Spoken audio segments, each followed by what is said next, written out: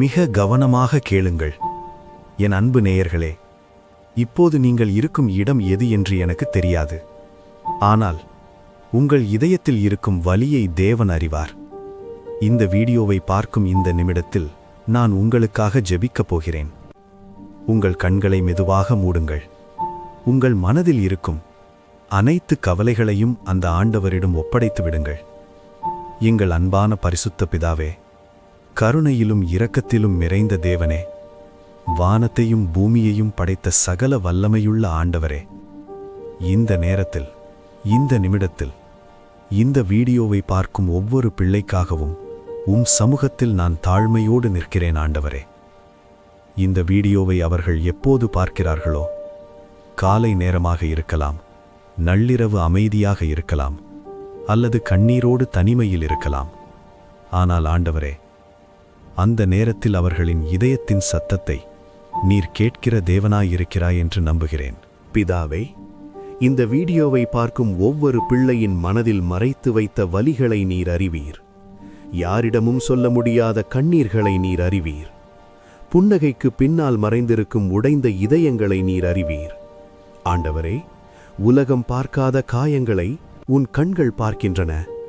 மனுஷர்கள் புரிந்து கொள்ளாத மனவேதனைகளை உன் இருதயம் உணர்கிறது. இப்போது ஆண்டவரே, இந்த ஜபத்தின் வழியாக இந்த பிள்ளைகளின் வாழ்க்கையை முழுமையாக கரங்களில் ஒப்படைக்கிறேன். பரிசுத்த பிதாவே, குடும்பத்தில் அமைதியில்லாமல் தவிக்கும் பிள்ளைகளுக்காக நான் உன்னிடம் மன்றாடுகிறேன்.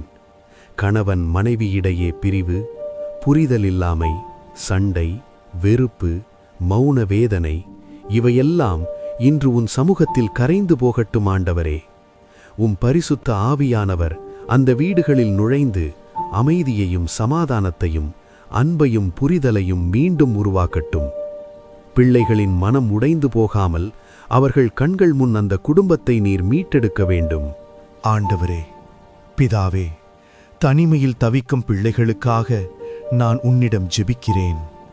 யாரும் புரிந்து கொள்ளவில்லை என்ற எண்ணம், யாரிடமும் பேச முடியாத நிலை, மனதில் மட்டும் ஓடும் 1000 கேள்விகள். நான் யாருக்கும் தேவையில்லையா, என் வாழ்க்கைக்கு அர்த்தமில்லையா என்று அவர்கள் கேட்கும் ஒவ்வொரு கேள்விக்கும் நீயே பதிலாய் மாற வேண்டும் ஆண்டவரே. நீ என் பிள்ளை, நான் உன்னை கைவிடவில்லை, உன் வாழ்க்கை எனக்கு முக்கியம் என்று உன் குரல் அவர்களின் இதயத்தில் ஒலிக்கட்டும். ஆண்டவரே, உடல் நோயால் வலியுறும் பிள்ளைகளுக்காக இந்த நேரத்தில் நான் உன்னிடம் மன்றாடுகிறேன்.